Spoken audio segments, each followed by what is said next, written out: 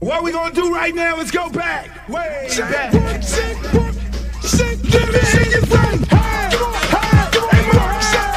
Come on, shake, come on. Give me your thing. Hey, hey, hey, more.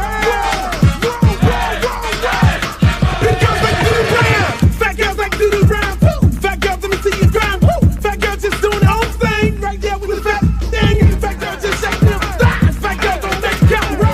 Excuse me. Baby. What's up? I thought you was gonna start hanging out with the big girls again. What is all this trash? But like that girl, hit the ground, hit it up, and you hear that sound. Fat girl just looking so sweet. Fat girl don't make it easy.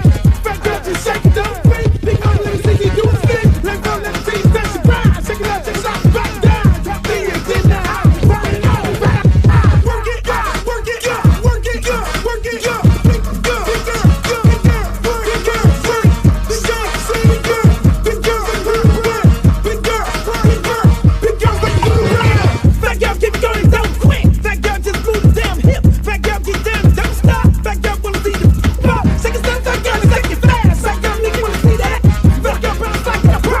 Fat girl, go, go, what you know? Fat girl, shake, till you rip through what? On the web, wet, hard part two. Looks in the house, y'all know the game. Fat girl, don't have no shame. Shake that ass, bounce to the beat. Fat girl, shake it, jiggle like me. St. Louis, back to the top. Like I like to do the ride.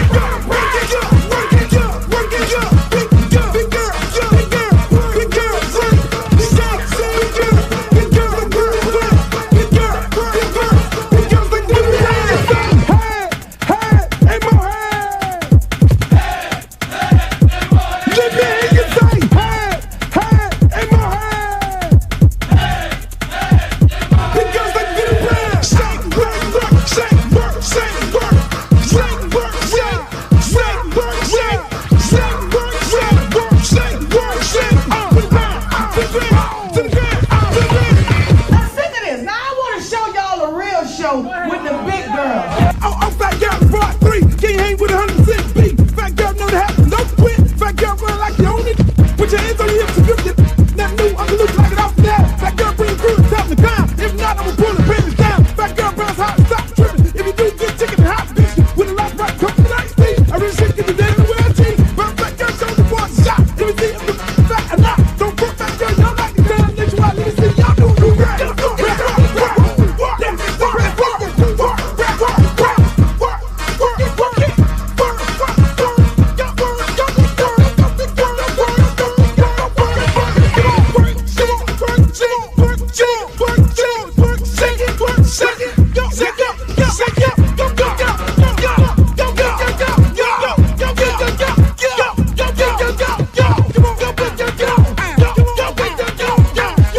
I'm serious. Where you are, not Elvira.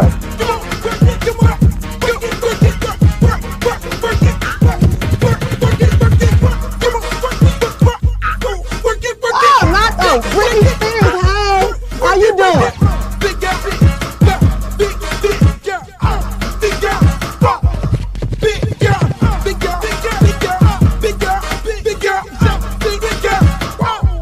Oh, but ain't the little leprechaun. Girl, your beat is so up. You look a mess. All about the big girls. What about the big girls?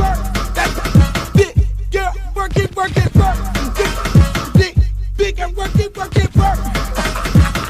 Big girl, you done suck all the fat off your ass.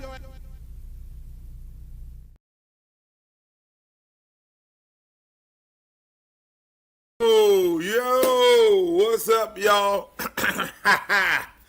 Welcome to another edition of The Luke Show. Yo, the Uncle Luke Podcast, brought to you by yours truly, Uncle Luke. We don't have any sponsors. We just do it on our own because we're able to give you the best and the brightest of all the information. I like with my head pointed to the other side. You know, that's that OG in me. That's that OG in me. You don't normally see OGs like on podcasts like this. But again, I like to welcome you guys. I know I've not been here for a couple days, maybe about a week, because I've been just entrenched with so much going on in my life. Thank God that I'm here. I always keep pinching myself to remind that I'm here. I've been, I've been busy. It's spring football time.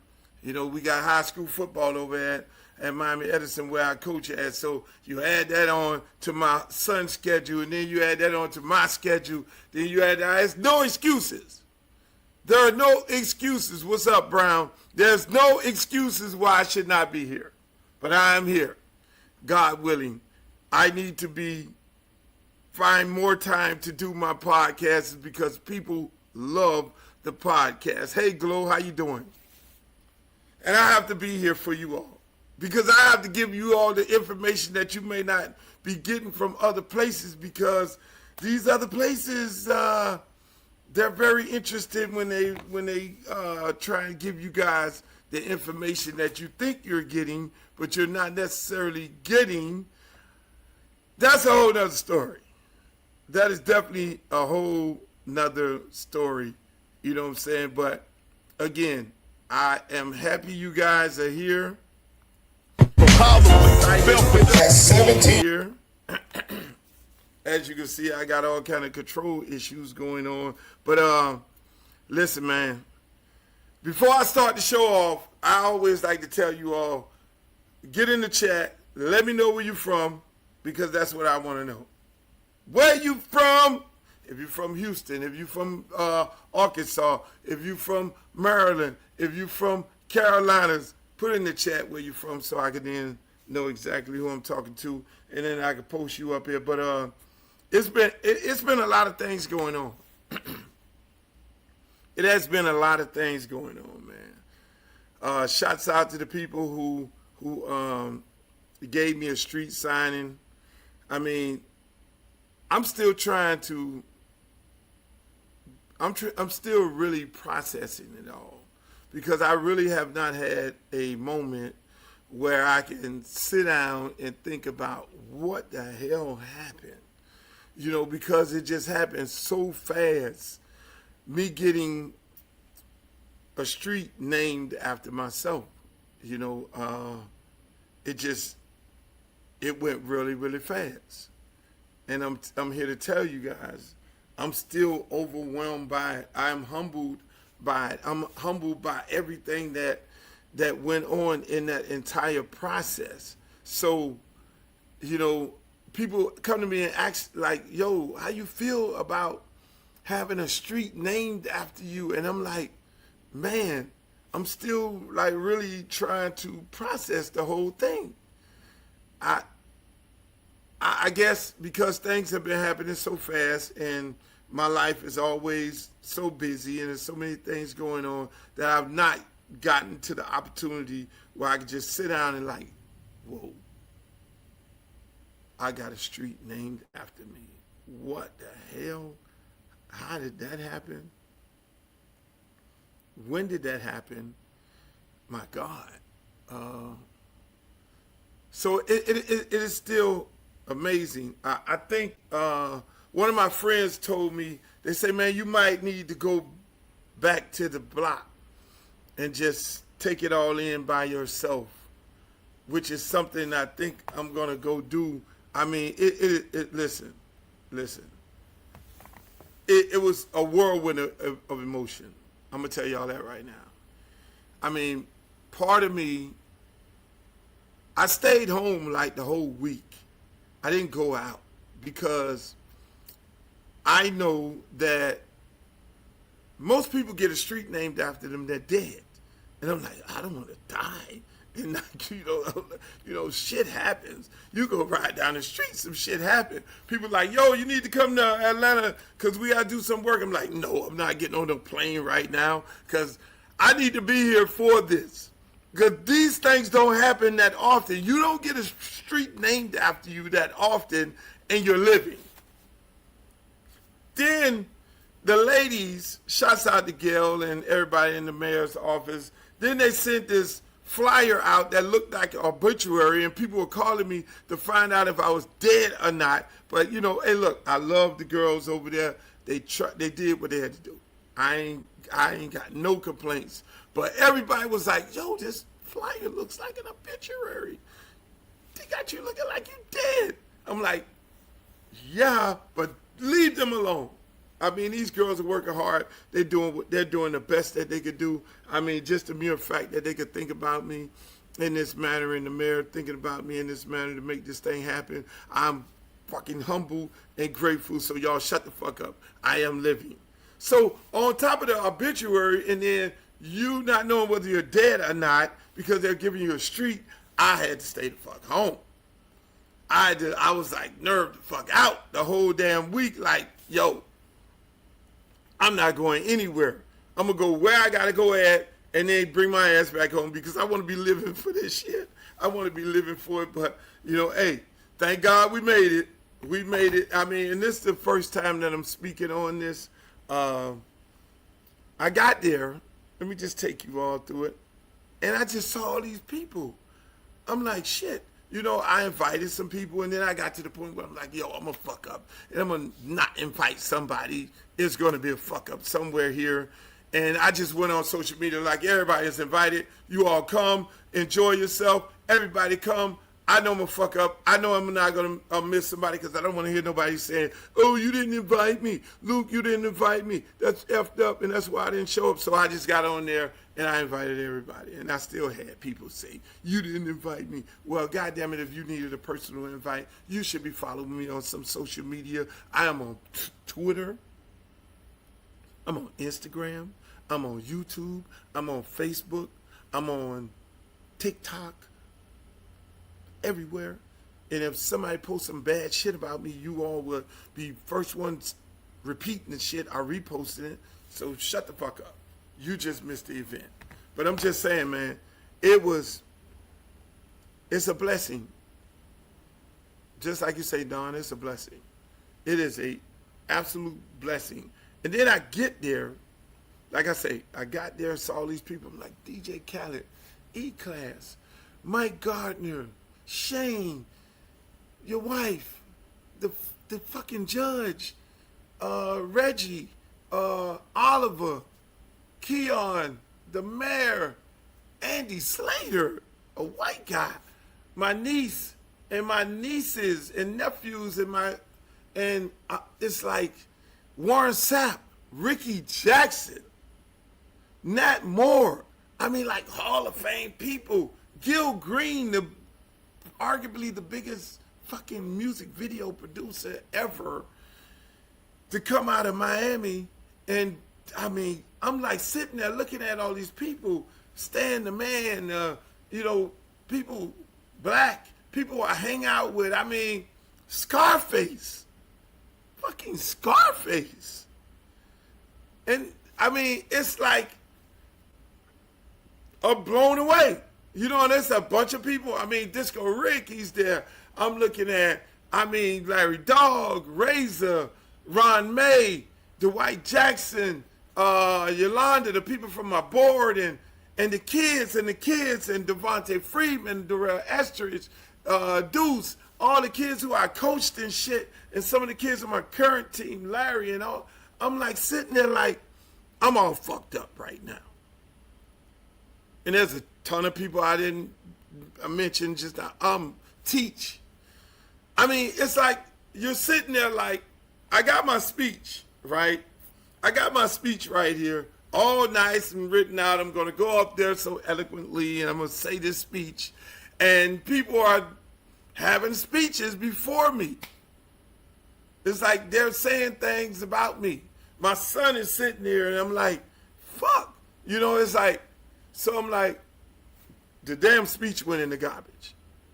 I'm telling you, the speech went in the garbage because the politicians, they start talking, and it's like, what the fuck? And people honoring you like, yo, are you dead? I'm still saying, are you fucking dead? Because it's like a funeral. And then one girl gets up there. It wasn't a funeral. It was a celebration, because funerals are a celebration of life, which I'm telling you, more people should give people their flowers while they're living and not while they're dead, so they can appreciate it. Like me, I fucking appreciate every moment of it. You know, and then the one lady from the commissioner's office, because the commissioner couldn't be there, she had to go to her daughter's graduation, a niece, something like that. And the lady said, my condolences to, and she was like, oh, and then the people in the crowd was like, oh, and I was like, oh shit, I am fucking dead. Oh my God. And then somebody was like, oh no, he's not dead. It was like, that at that moment, I was, you don't know when you're fucking going to be dead. But at that moment, I thought I was out of there. And they were really fucking having a celebration without me. When that lady said my condolence goes to, I'm like, oh, fuck, right? Listen. Then we got past that. Now I know I'm not dead because the people was like, no, he's not dead. Now, thank you, Jesus. They said behind me, I'm not dead. I'm really here in the living. And I got up there, man. Listen, man, Scarface, I love you. My brother, I love you so fucking much, bro. I mean, the words that he had to say up on stage was freaking amazing. Because you never know when the impression that you have on people's life. When me and him chop it up, he's like, look, man, I wasn't even in the business. I was 16 years old doing some other shit, just watching you and how you moved and the things that you went to court for us. You fought for us. To be able, for me to be able to say the shit that I say on record, and for me to be able to say, be me, is no question about it. I was not going to miss this under no circumstances. And when this man said this, I mean, that just, it fucked me all up. I'm going to keep it real. I don't know how I kept this shit together the whole time, but, I'm sitting there, the mayor, he sits up there and he talks about him being 13 years old and his dad leaving him with me. And I remember it like it was yesterday at the Heat basketball game. And I'm mentoring this little young guy. That's why nobody could say shit about Francis Suarez. I love him to death. That's like my nephew. I'm a fucking uncle, which is I'm an uncle to a whole lot of people. And so I'm sitting there like overwhelmed by the shit that I'm hearing from these guys. I'm listening to Reggie get up there and say, man, he's a big politician, big commissioner in Miami Gardens. I was a fucking young guy, and y'all hear him speech, and I was an intern, and I worked for Luke. Yeah, Oliver Gilbert get up there, Dorothy Benjars Mendigal, all these people, who I obviously was an influence in their life, Big Teach and all of them, and my nephew, he's colorful. He's always colorful, gets up there and he says some beautiful words that I forgot, but I couldn't say because I'm just humbled by this whole moment, and I just totally forgot my whole speech. And I'm sitting there like, God damn, so it was a moment, and then you shaking hands and kissing babies, and oh man, thank you for being here, and thank you for being here, and the best moment of it all was my son being able to sit there and listen to people talk about my history, what I meant to the community, what I meant to hip hop from all different generations, all different walks of life. Because you never sit there and tell your kids, oh, daddy was this, daddy was that, daddy did this, daddy did that. It's better when it's coming from other people. You know what I'm saying? I don't brag on myself with my son. I'm dad. I'm not Uncle Luke. I'm not Luke Skywalker. I'm not none of them guys. I'm dad. And that is it, And so he would have to do his own research, but he got to be able to sit there and listen to people. That was the most important moment in the whole in the whole thing, and probably in my life, because he got to be able to sit there, not at a fucking funeral, hear people talk, and how people have the respect for his dad and how impressionable his dad was to him. And I know like one person who was not there, and he sent me a text, Pitbull, who would have been there. He said, no, I got to do this concert at the Hard Rock, and then I got to go do this conference and that's like that's my other nephew in California. And then I get a call from Alberto Caballo the next day, former superintendent of schools here in Miami-Dade County, but now superintendent of school in California. And he said, Luke, man, I didn't know. I'm like, you didn't know what? He said, man, Pitbull came here to a conference, and all he did was speak about you, how you saved his life. you know, and the things that he said about you, I just didn't know. I know you for damn that 10, 15 years, but I ain't know all these things. And so, you know, it was like I say, it was an amazing moment. And I'm gonna share some of the things throughout this podcast with you guys that went on. But for my child to be able to see that, you know, I wish my other kids would have been able to sit there and see it, but obviously I'm pretty sure they had some other things to do. But my nieces and nephews, my great nieces and nephews and all of them were out there, and they got to see it. They got to hear who their uncle was all about, and I'm still living. And we still writing more chapters in this book because the work don't stop. The work don't stop. Trust me, it continues on. We got to continue saving more lives as we go every day. And we got to keep, you know, setting new standards and new boundaries and being the person that I am. And that's all it is until it's over. I got to be that. I got to be a good dad. I got to be a good community servant. I got to be a good person. You know, I got to be all that and some. And so that's how I kind of live my life. But, you know, I just want to share some things because what really bothered me was the fact that I did go into it with a purpose of telling my story, you know, telling not my story, but my family story, because it's not really about me. It's about all the people around me. And I didn't get to do it because I kind of got derailed by just thanking everybody for being there. And then I'm humble. I don't want to hold y'all whole damn day up while I'm sitting there talking, you know, and holding y'all up. So I didn't get to say it, but then I'm going to say it to you all. And hopefully some of those people, what I wanted to share, hopefully some of those people the people who did come there, they could hear what I really wanted to say on stage, but I got caught up in thanking so many people because that's just me. Thanking so many people for doing the things that they did. And I thank the mayor. I thank the commissioners who put this bill through and passed it and all that. And the words that they said about me being able to get the street, because you just don't get a street like, oh, Luther Campbell, I want to get a street. No, it has to go through layers. You don't get, you know, it's not like the Hollywood Walk of Fame or the Rock and Roll Hall of Fame where it's all political and you just got to go and know somebody that knows somebody. No. This thing has to be voted on by the entire commission. People who you don't know have to read and understand your story in order to give you the vote and give the vote to be able to say, yeah, we can get this done. So my shots go out to the entire City of Miami Commission, you know, the mayor who spearheaded this, Francis Suarez, Christina King and her staff, who put the bill before the commission, and the bill passed it unanimously, and Keon Hardeman, who put the bill, you know, who represents our area, and who put the bill in the county, and the county commissioners, the mayor, everybody overwhelmingly passed it. No questions asked.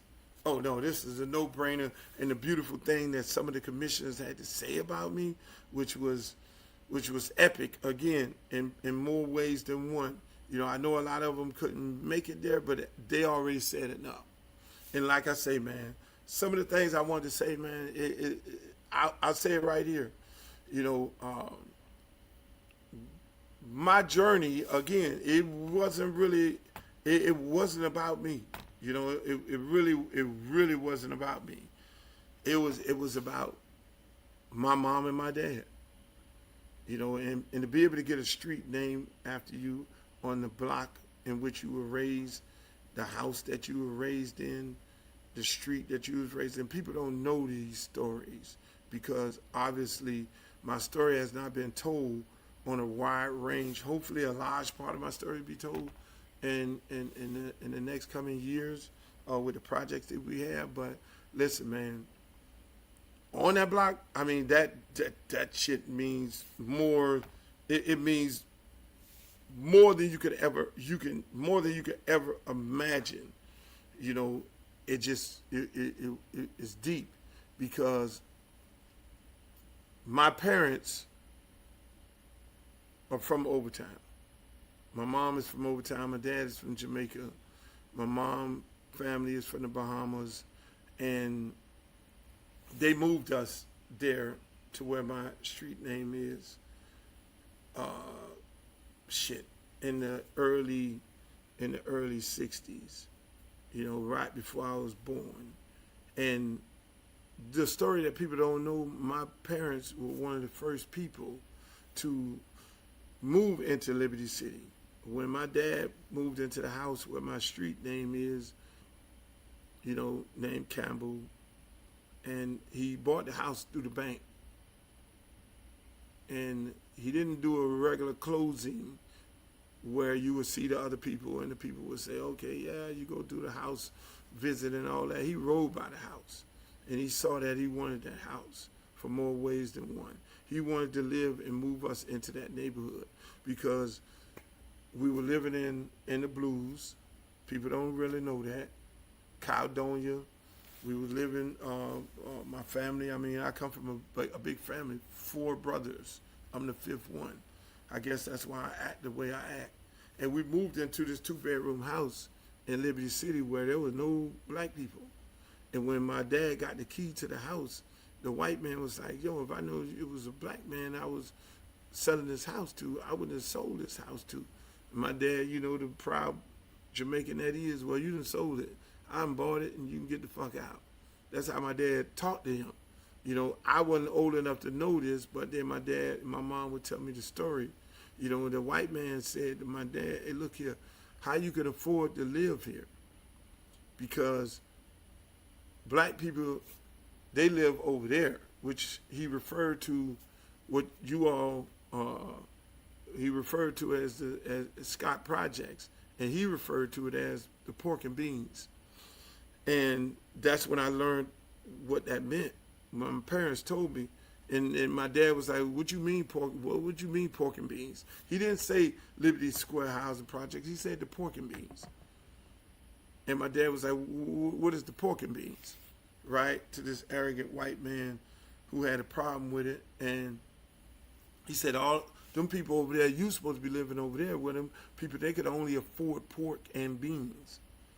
That's why older people right now, when people say the pork and beans or the beans or whatever they want to call it, older people have a real problem with that because the white people who lived in that neighborhood where we bought a house in Liberty City, that's what they referred to black people because it was a big-ass wall. It was a projects.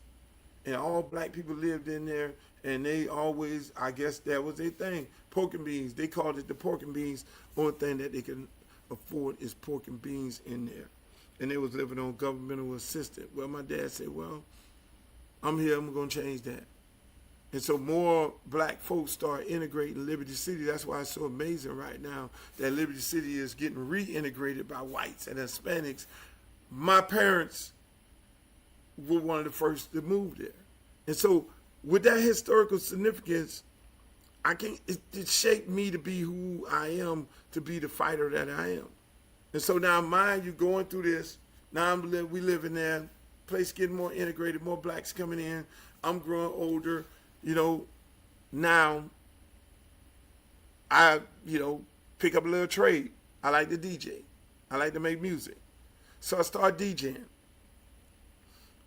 with this little stereo in the house, making mixtapes for my homeboys who live next door, the Jamaican guys.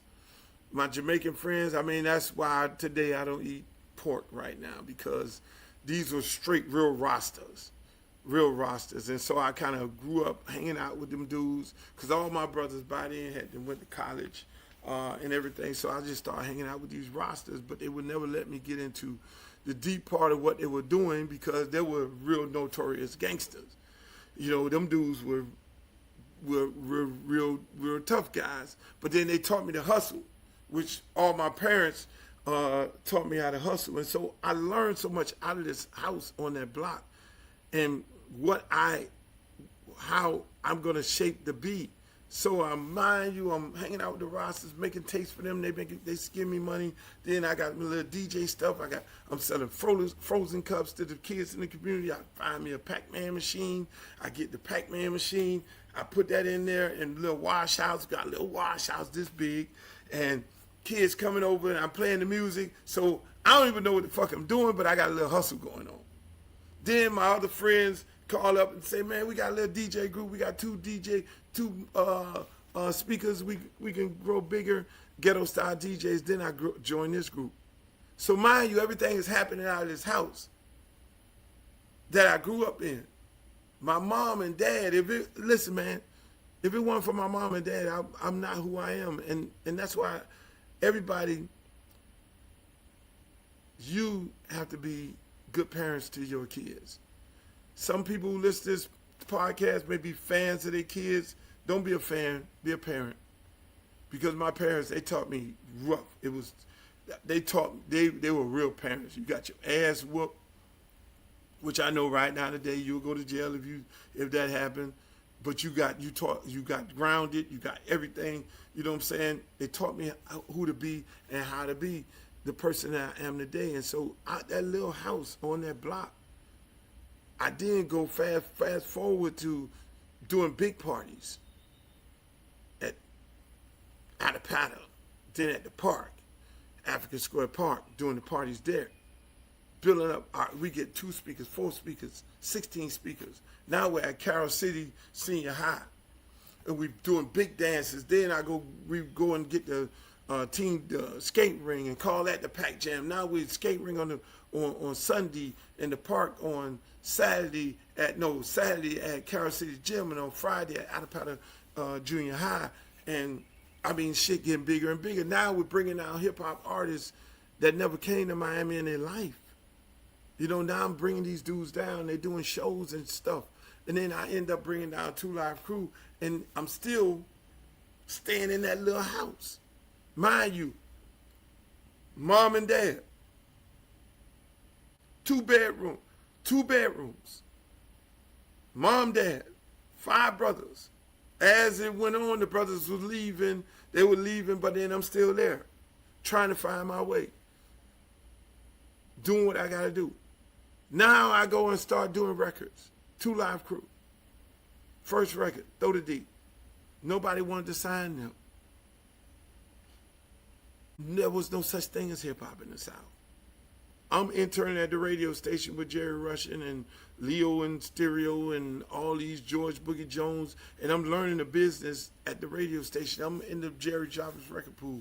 Now I'm a big DJ in town, and I'm just learning as I go.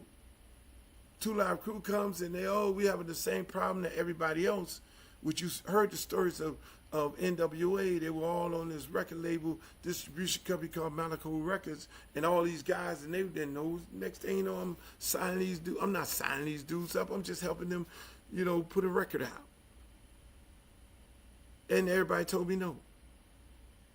Still in this little house, trying to find my way out, because every brother went to college and got the fuck out. But I got to get out. So eventually I end up making enough money DJing, I'll get me a little apartment. I got to get out, because my mom and dad were all there. Look, motherfucker, you got to leave here. You got 1 year after you get 18 to get the fuck out of here. You're going to either go to military, college, or you're going to do something with your life. And that is what I knew.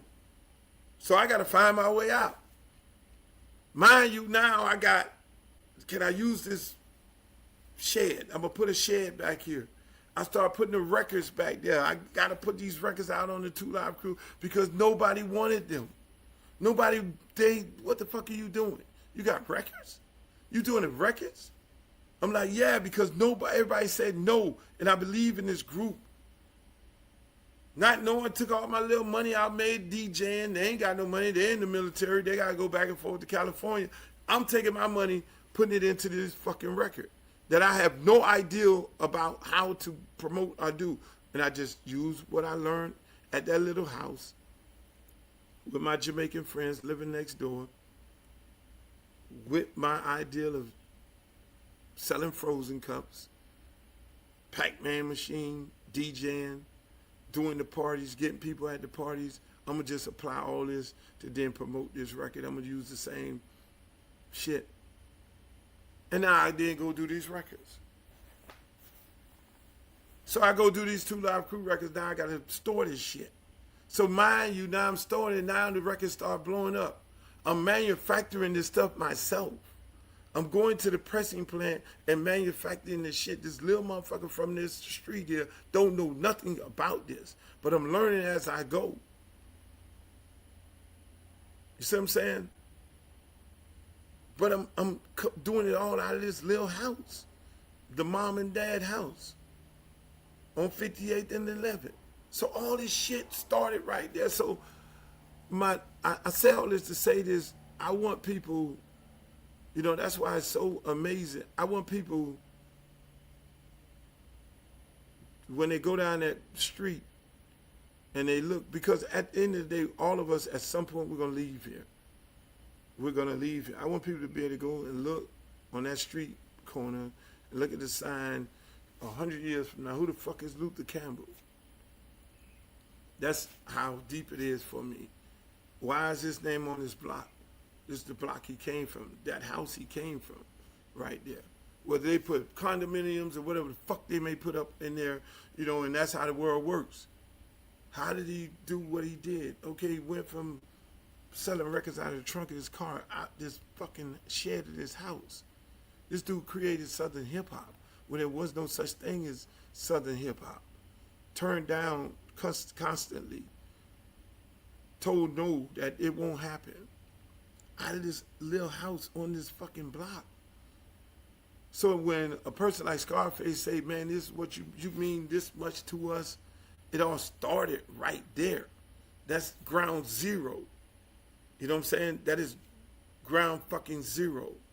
And so these are some of the things I wanted to share, you know, I mean, my mom and dad, the stories of them, you know, me growing up in this community and shaping and molding the person that I am.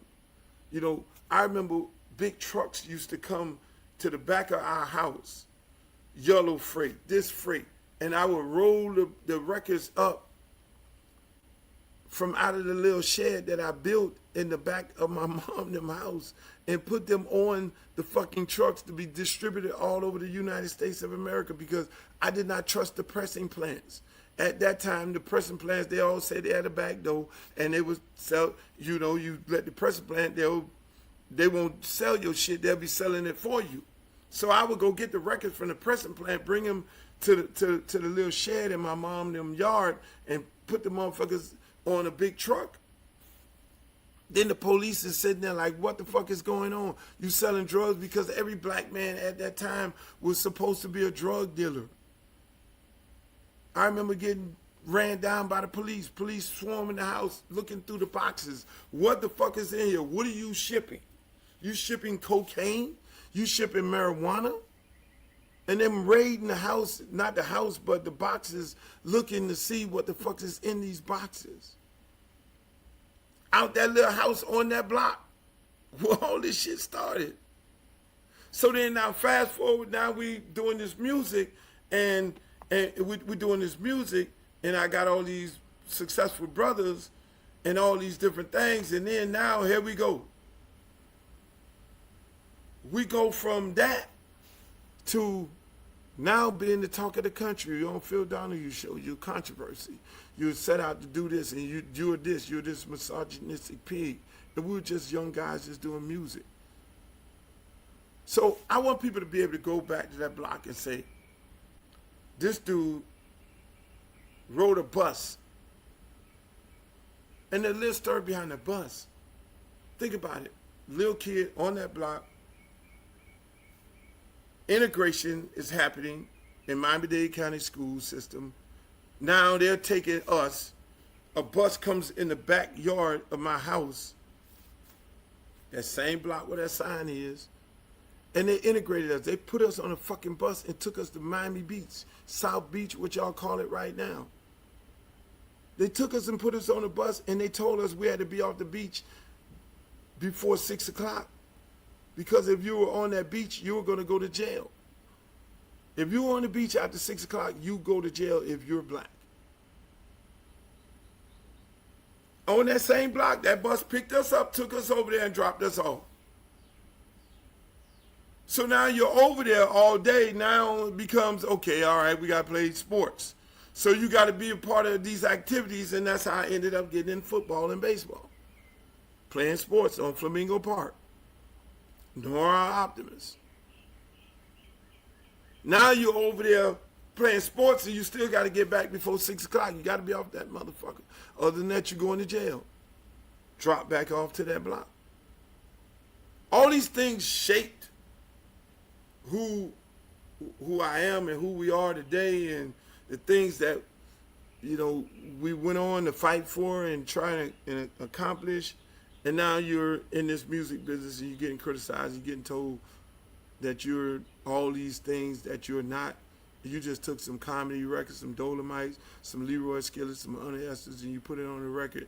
And you said you didn't want to be like everybody else. You wanted to be different. You want to be from Miami. You want to say this stuff on the records. And before you know it, you're the Antichrist and everything else. Little kid from that block. But then the fight became something totally different. It became a free speech. Whether or not freedom of speech applies to black people. That's why I took the fight on. It was like, how the fuck does Andrew Dice Clay get to say this shit? How does all these comedians get to say this? How do Ozzy Osbourne get to say the shit that he's doing and saying what he's doing and doing the shit he's doing on stage? All these rock and rollers. Fuck that. This should apply to us too. Because again, the same in that little house on 11th Avenue, the teachings were coming from my dad. And understanding black history, understanding how to read the newspaper, understanding how to look at the news, understanding the propaganda within the newspaper and the news and how it works. At that little house. Prepared me for the world. All that shit prepared me for who I am today. People hear me talk about politics. Man, I've been deep into politics before I got into music, before I got into sports, because in my house, we talked about politics. And if you know anything about Jamaicans, the Bahamians, they talk politics and they're well aware and well abreast. That's why we vote at damn near 1,000%, because we know politics run the world. And so me being involved in politics like I am on a regular basis, that's easy. And knowing the world and how the world works put me in a position where I was the right guy to fuck with. I was the right guy to fight these fights for hip-hop out of that little house on 11th Avenue when you ride by that street. And these are the stories that I want people to know when I'm out of here and going, and when they ride down Luther Campbell Way, that who the fuck is this dude? Look this shit up. Wikipedia and ChatGPT is not going to be able to tell you the true story. The true story is just a young motherfucker ain't know where the fuck he was going, what direction he was going.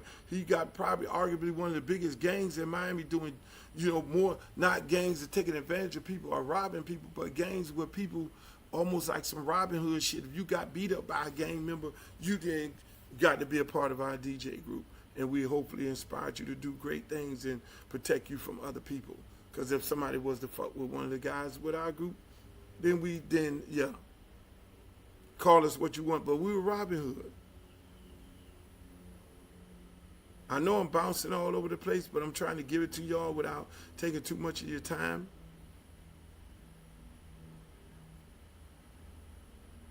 It's deep when it comes to that block and that street and that person on that sign.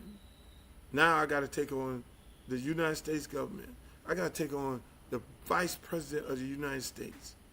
Dan Quayle, before getting on Air Force 2, is on the tarmac talking about this guy named Luther Campbell from that house on 11th Avenue, and that he's the worst thing in the world. I got to sit there and get letters from fucking senators, John McCain, talking about we need you at a Senate subcommittee hearing because you're corrupting the minds of young people. And then I say, fuck you, I'm not coming there. I got Governor Martinez coming after me, the governor of the state of Florida. And I'm like, why is all this happening? I'm getting sued left and right because I'm just a little kid selling records out of the back seat of my car, and now I'm making money and I'm doing things, and I got the Two Live Crew and H-Town and Anquet and Poison Clan, and I saw JT Money, shouts out to you. Thank you for being there. So now I'm helping everybody in my community who looks like me, who came up like me. Every one of my artists are like me. All of them. Majority of my artists are like me. I have to be able to relate to them. Pitbull. How do you relate to Pitbull? My artist. I have to relate to them because I was that same kid on the streets, not knowing what direction I was going in. Being motivated and inspired to the point where my parents took and sent my ass to D.C. because they know I was either going to be dead or in jail. And I went to D.C. and shouts out to people in D.C. I got inspired by them black people doing big things. And I got sent, when I sent home and I was ready to come back, that's when I got motivated to being a business person. Trick Daddy is me. Pitbull is me.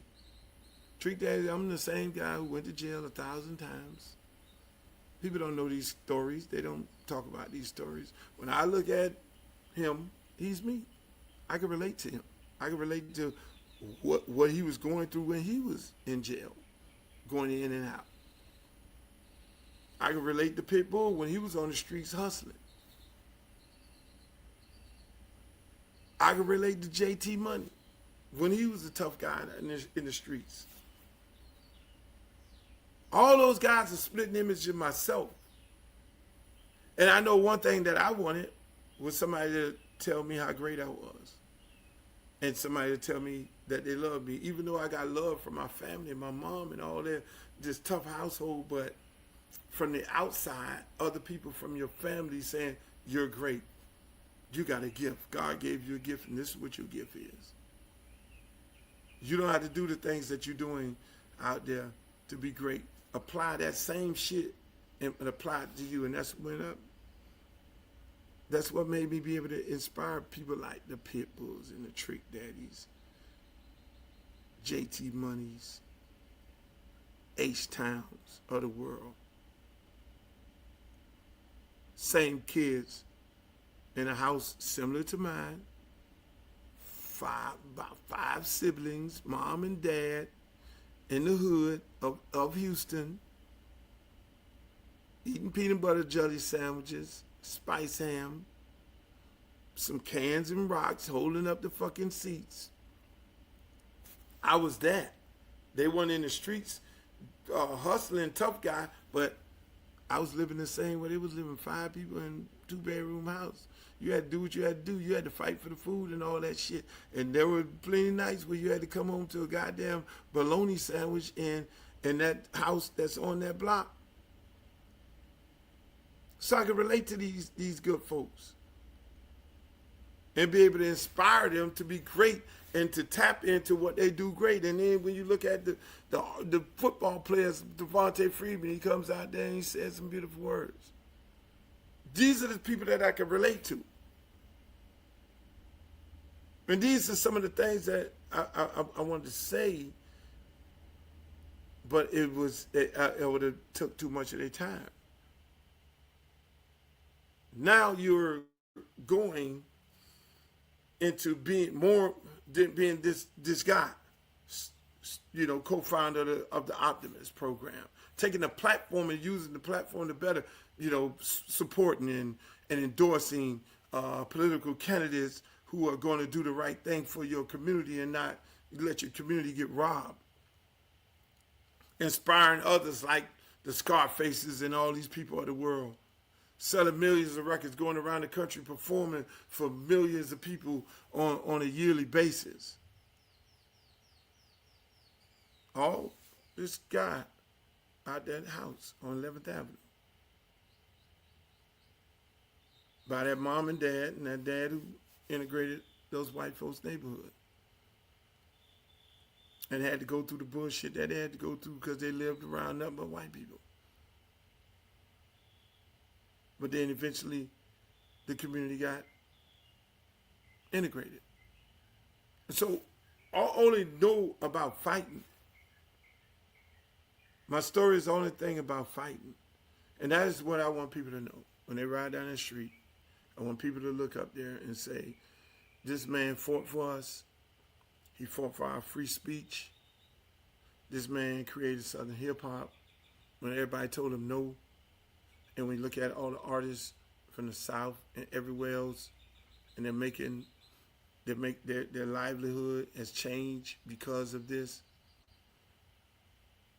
Created a genre of music, whether it's dance, twerking, booty shaking, or whatever the hell you want to call it. Being able to say and express yourself in the way you want to express yourself.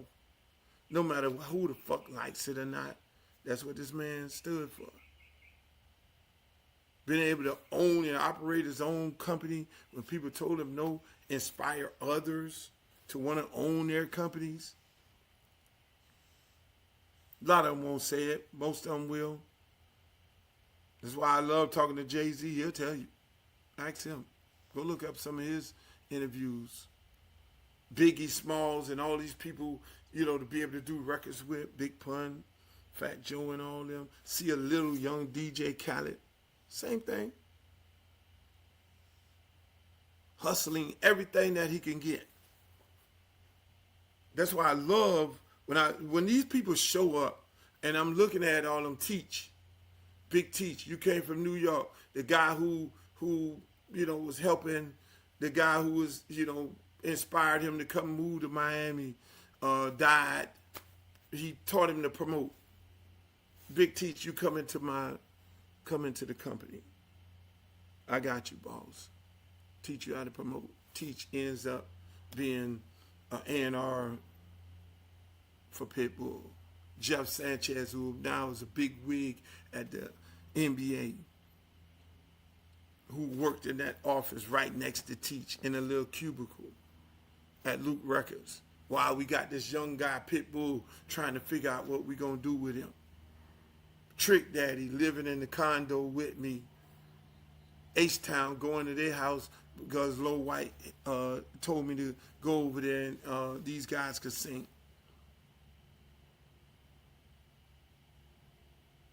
You name it. JT Money, Poison Clan out of Northern High School. Put them out. My little niece, Anquette, they cousin. And to be able to do this coming out of this little fucking house is amazing. And now you in court fighting for free speech or going all the way to the Supreme Court because you're getting sued by Roy Orbison because you did a parody. And now the question is whether parodies are protected by the First Amendment, and everything that you're doing on the internet right now today when it comes to intellectual property is because of me fighting that case. I wasn't going to jail. My record got banned. This little motherfucker coming out this house on 11. I want people to, when they ride by, okay, what did this nigga do? Who the fuck is this motherfucker here? I got a record banned. Nastiest Wannabe was banned by federal judge Gonzalez in Broward County. I ride by that fucking courthouse a lot right now to this day. My son was going to a school right down the street. I had to ride by the fucking courthouse where I spent millions of dollars fighting for the rights of people to be able to say the shit that they're saying right now on records. To be able to dance, to be able to express themselves the way that they're able to express themselves right now. That's when they see that sign and say, who the fuck is this dude here? This ain't about no music. This ain't about no one song. It's deeper than rap, as we all say. I had 3 cases going on at one time. I had whether parody was protected by the First Amendment. I lose that case. What you see on Saturday Night Live and satire and all these things, they couldn't do it. If I just say fuck it, that would have been on the books. What people don't realize, with this case law, that's the law, that's case law. They use that against you in a case. Now I got a goddamn record was banned by a federal judge Gonzalez, who was appointed by a goddamn Democratic judge. I got this shit going on. The record was banned. I wasn't going to jail. Leave this motherfucker banned. I'm not finna spend hundreds of thousands of dollars to fight this case. I could have left the motherfucking band. And the record, every bit of that record would have been worth $1 million if you purchased it. That's why it sickens me every day when this dude Weinberger is profiting off of our music, and thank God, because there is a God, that we were able to get our music back after 30 years. Because of what? Because of politics. Because of Congress passing a law that you can get your property back. So now I got these, 3 cases. I got to go appeal the case of whether of this Nass's want to be, because if I leave that on the books, hear me closely, hear me clearly. So when you ride by that motherfucking street, or any rapper that may be listening to this, and you're being able to say and do the shit that you're doing on your records, when you ride by that motherfucking street, I could have left that on the books. Because Nass's they want to be cussing and doing all that on the record, saying this and doing that, the videos, all that shit was banned. So you wouldn't have, if you leave it on the books, it would have been precedent. When you go into the courtroom, when you go into any courtroom, and when they want to sue you or put you in jail, and I'll say this is new law. New law is created by the cases. That's why they say, when your lawyer go in there and say, well, the case George versus the state of Florida, and George versus the state of Florida, the judge ruled in this case that this is illegal. They use that case law against you.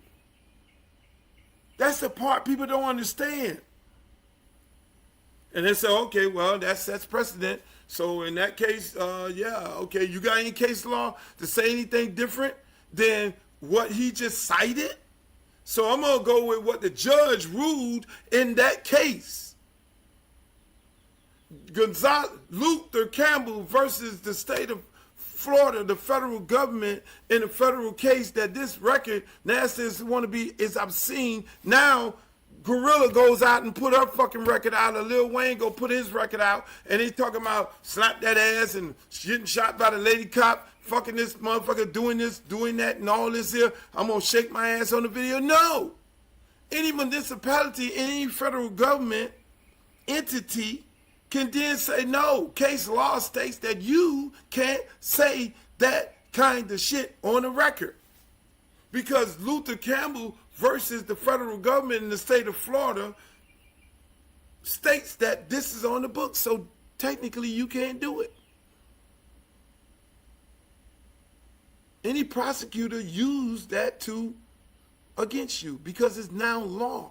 But I got to go in there, the guy who's being talked about by Salt and Pepper, being talked about in shots. I love them. Kid and Play and every television network and every guy and all these places that he's the Antichrist, worst shit in the world and all that. I got to go in there alone with my fucking money that I could have right now. Got a couple of dollars, but I wish I had that motherfucking money back.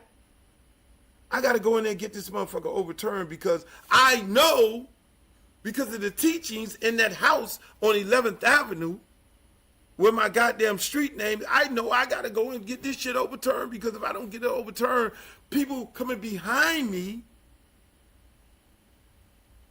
will not be able to sing and express themselves on music, on records, or anything like that in life. I got to get this shit overturned. I'm going to go fight for everybody behind me. It's not about me. I can leave the record. I've seen my lawyer say, man, look, there's no record ever been deemed obscene by a federal judge in the history. You've just made history. If you leave this motherfucker like it is, this is what's going to happen. Anybody after you is going to get fucked up. You're not going to be able to make the same type of music anymore, too. But at the same time, this record will be worth so much money because you will be selling this bitch on the black market for damn near $1,000 a goddamn record. People trying to buy it on the black market because it won't be able to be sold in the record store, because once they deemed it obscene, they start putting people in jail. They put freedmen in jail and in the record stores all across the country. They started locking motherfuckers up for this record that was already deemed obscene by a federal judge. Come on, man. When you ride by that motherfucking street, that's what you're going to see. This guy was fighting for Southern hip-hop when it wasn't. Going to seminars in New York, and people saying we were a fad and this shit would never happen. And I'm standing up there cussing them out, saying, no, motherfucker, the South will rule. And before you know it, y'all going to be trying to sound like us. That's that little motherfucker. When you read that sign, when you go down that block. So the record gets deemed obscene. I didn't say, fuck it. I'm going to go right down the street from the courthouse and do a concert. And we end up going to jail. So now that's case number 3. So you got a case going to the Supreme Court for free speech, and whether parody is protected by the First Amendment, you're appealing the federal judge ruling that Nasty As Wanna Be was an obscene album. Now you're getting ready to go to jail because you defied the court order and you went and sung this motherfucking song. So now your ass is in state court, getting ready to go to jail. Fuck it, I'm ready to do it. So when they look at that motherfucking sign, this ain't no just, okay, we going down the street and look at some motherfucker who did some songs. I want them to be able to ride down there 100 years from now. That's what you get. So on top of that, now that you're successful, now that you're fighting these fights, now you got these people coming into your business stealing, in my opinion, trying to rob the rich history of the company because they ain't got no fucking talent. And you still continuously move on in life. And you're going through the ups and downs and trials and tribulation of a young black man in this country. The fights, whether it's with the personal shit and the out shit and the jealousy and all this, and you got to keep your fucking sanity because it all comes back to that little house on that block. And so I want people to be able to ride down the street, and I know many people have many stories. That's why I was overwhelmed and I couldn't even tell my story about how many people have their own stories of their impression of me and what we all went through. And it ain't about me. It's about everybody around me. It's about Bruce Rogo. It's about Jeff and Teach and them guys who worked in there. It's about Mike Gardner. It's about Shane. It's about Nikki. It's about Razor. It's about Ron May. It's about Dwight Jackson, his stories. It's about Miss Yolanda, Mr. Meekers, the kids on the park, Freedmen and all them, how they inspire other people. It's about all of the people who shape and make me who I am today. I'm just a vessel of what God put on this earth and my parents raised. And so I say all this to say this. I mean, people wonder why. How do you know, they do these documentaries, what this is you, how you got involved with the University of Miami. I got involved with the University of Miami. The same motherfucker, when you ride down, if you just want to know about University of Miami, and you see that sign, he was instrumental in the University of Miami and their success. Tell the fucking story the right way. Guys were on the fucking campus in another city in Miami, Coral Gables, where black people weren't allowed and didn't want to have no black people live in. And young people out there now, black people, that's now, after Howard Stellenberg get beat by Florida A&M, and now he wants to bring these black kids down there, and I'm seeing them, they go down there, they doing all kind of crazy shit, and you seeing it on the news because the propaganda machine is getting at Howard Stellenberg because he's bringing them black kids to Coral Gables where they wasn't wanted. The community did not want them there. And so the propaganda machine, which is the news And the newspaper is saying why he's so bad in bringing them down there. And then me, now I'm a successful person, and they're looking up to me as this big time rapper. I'm Jay-Z right now. Y'all boys come here, man. Let me holler at y'all, man. Let me explain to y'all. You coming from all over the place. These motherfuckers don't want y'all here. Don't give these motherfuckers what they want. Get you a good education out of this shit, and if you're lucky, you can go to the NFL. Use this. Don't give them what they want, because y'all gonna do just what I did with the music business. Y'all gonna fuck it up for everybody behind y'all, and y'all gonna give these motherfuckers what they want, because they say we animals and we niggers and we everything in the world. Don't give them what they want. If you motherfuckers need anything, come see me.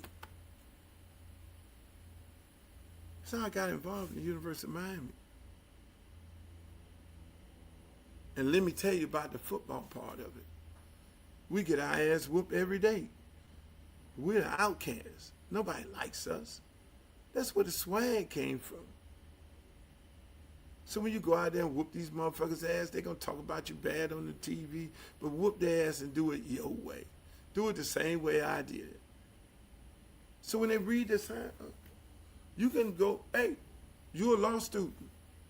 There's not a day go by I'll go meet a law student that has not read some of my cases. Hey, I read your case. My God. I'm in constitutional law. Your case is epic. Yeah. So when you ride by, if you're a law student, you ride by that block and you see that sign, you're a law student, inspire you this way. If you're in the University of Miami sports, it inspire you in this way. If you want to know the history of Southern hip hop, and it inspires you in that way. The streets inspires people in so many different ways. It's bigger than me. The block is bigger than me. And who had to remind me of that? Fucking Scarface. Like, this shit bigger than rap, bro. This shit has touched so many lives. These are the things I wanted to say to you guys. Shouts out to my parents, because my mom and dad, wasn't for them, again, I wouldn't be who I am, what I am today.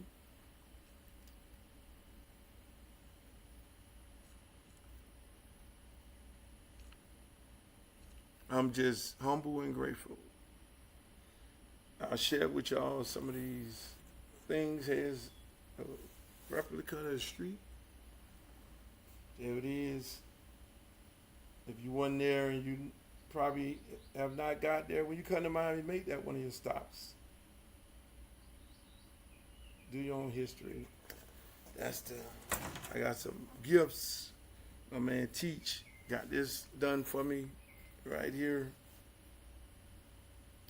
creation of Southern hip hop. I love that.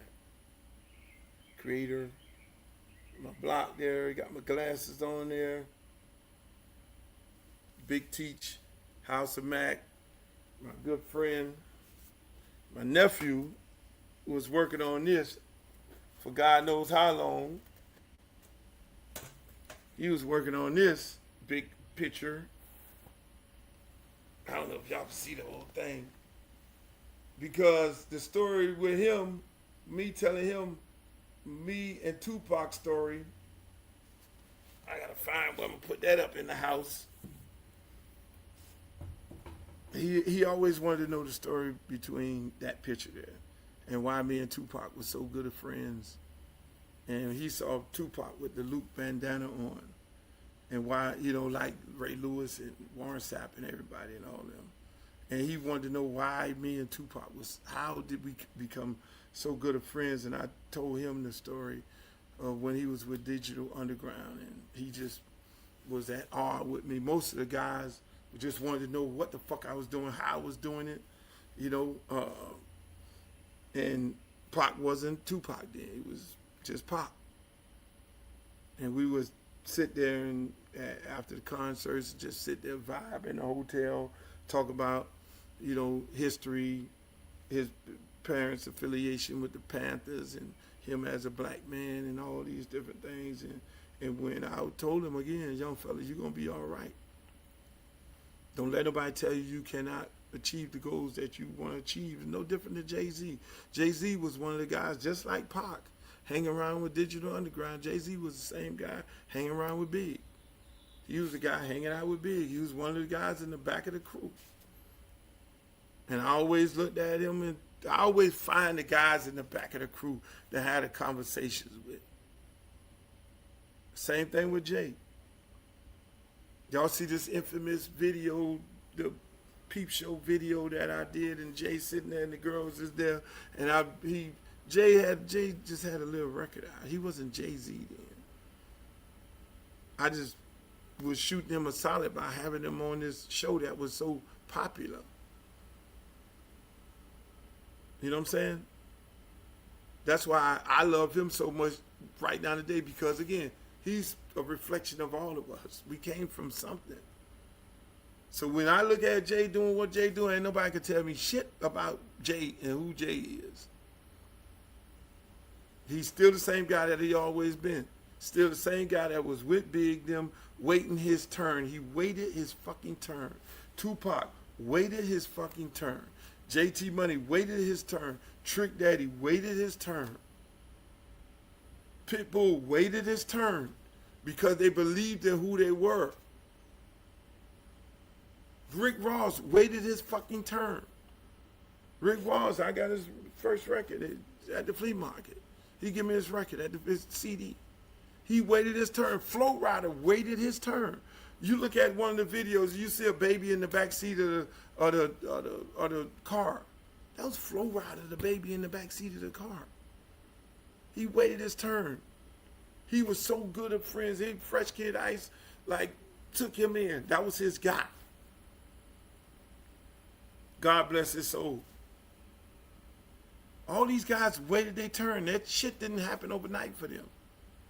And that's why they could stand the test of time, because they went up the ladder one brick at a time.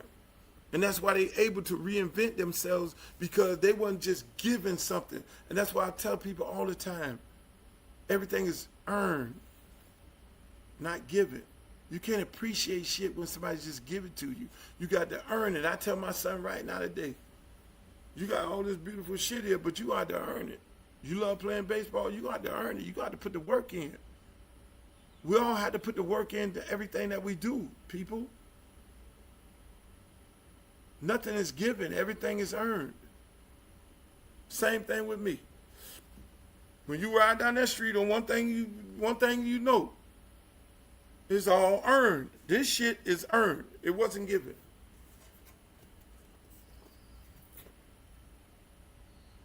Earned. Nothing given. I want to thank y'all for sitting there, sharing my moment with you all.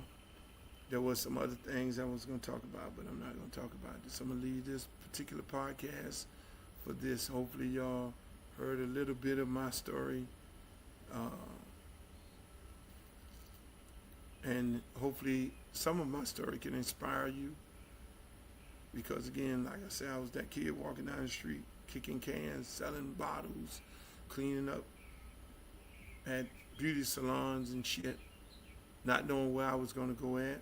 I looked at planes fly across my house all the time and say I would never be able to afford to get on one of those planes. But then, if I ever say can't in my household, that was an ass whooping. Don't let your kids hear can't. Don't let your kids. Don't even take that out of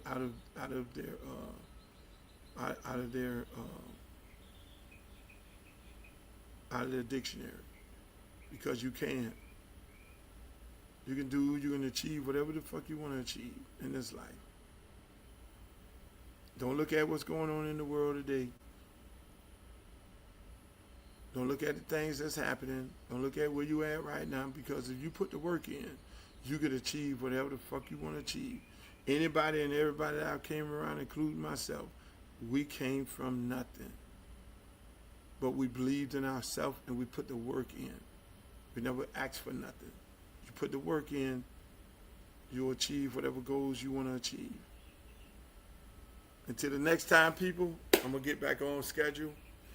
I'm going to share some of these great stories with you all.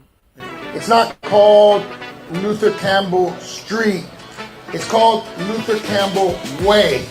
And the reason why it's called Luther Campbell Way is because we want to recognize the way that Luther Campbell impacted our community. He's never asked me for anything for himself, not once. It's always about the kids. Because again, he always wants what's best. These streets already belong to Luther Campbell. This neighborhood already belongs to Luther Campbell. This city already belongs to Luther Campbell. He's always looked out for me. He's always set the example for me. He's always protected me. He's like a big brother to me. Thank you, my brother. That was a great one from the mayor. Here's what Gil Green put together. It's called Luther Campbell Street. It's called Luther Campbell Way. Technical difficulties. I was one of those interns working out of his office, riding around in the Luke vans, getting people registered to vote. So I look as Luke as the father of Miami. But Luke, I just want to say I love you and I appreciate you and I'm grateful for you. I'm happy for you. Be proud. Luke Campbell Way, Liberty City, Dade County, 305. Make some noise for Uncle Luke. Everybody that's out here, they're out here because we all got something in common. And what we have in common is we help. We help kids like this. Gil Green helps and inspire. DJ Epps helps and inspire. Devontae Friedman helps and inspire. DJ Khaled helps tremendously inspire. My good friend Stan the Man over there helped. E-Class, who was here, helps and inspire. These guys do a lot of things that you all don't even know. I mean, teach, owns a restaurant, helps and inspire. I mean, that is what it's all about.